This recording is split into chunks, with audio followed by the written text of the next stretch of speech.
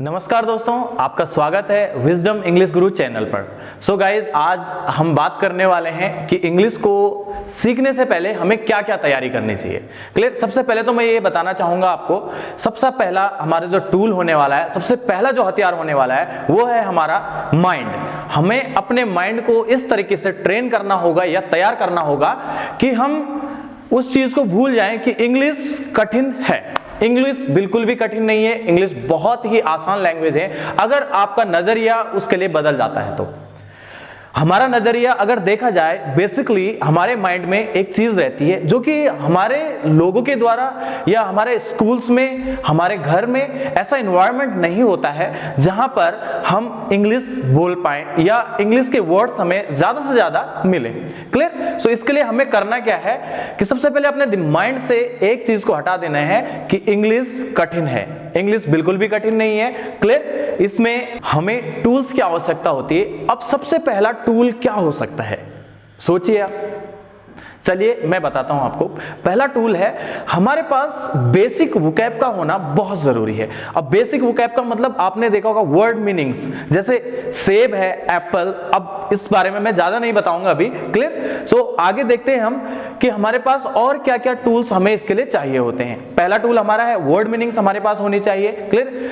और अगर आप एक अच्छे स्पीकर बनना चाहते हैं तो उसके लिए आपके पास फ्रेजेस, इडियम्स, ये सारी चीजें होना का बहुत जरूरी है। और सबसे मेन चीज जो होती है ग्रामर।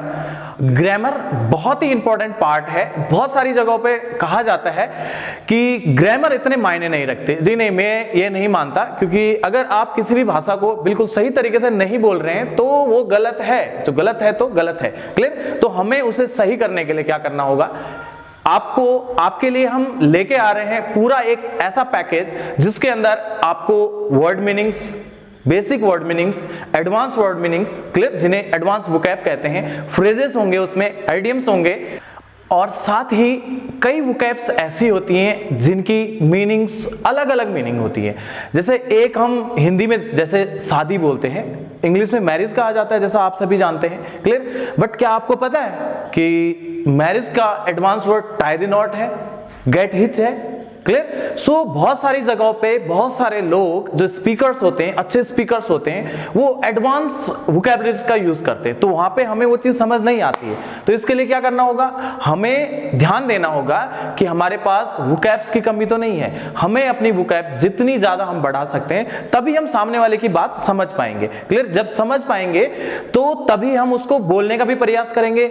देखिए गाइस, एकदम कुछ भी नहीं होता है। क्लियर। मैं ये नहीं कहूंगा कि आइए 15 दिनों में मेरे साथ अंग्रेजी बोलना सीखिए। जी नहीं, ऐसा बिल्कुल नहीं होने वाला है। आपको एक एक क्लास बिल्कुल डिटर्मिनेशन के साथ लेनी होगी। Okay.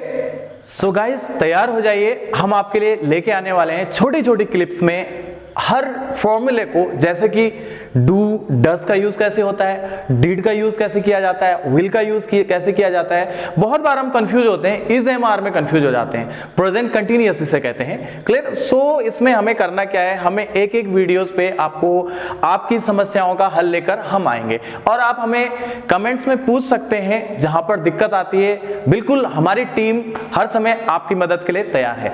So guys, that's all for today. Clear. So अब हम शुरू करेंगे अपनी क्लास। सो आपके पास नोटिफिकेशंस आ जाएंगे अगर आप बेल आइकन दबाते हैं। क्लियर। अगर आपको वीडियो पसंद आया हो तो please like, share and subscribe जरूर कीजिएगा। Okay, thank you so much guys.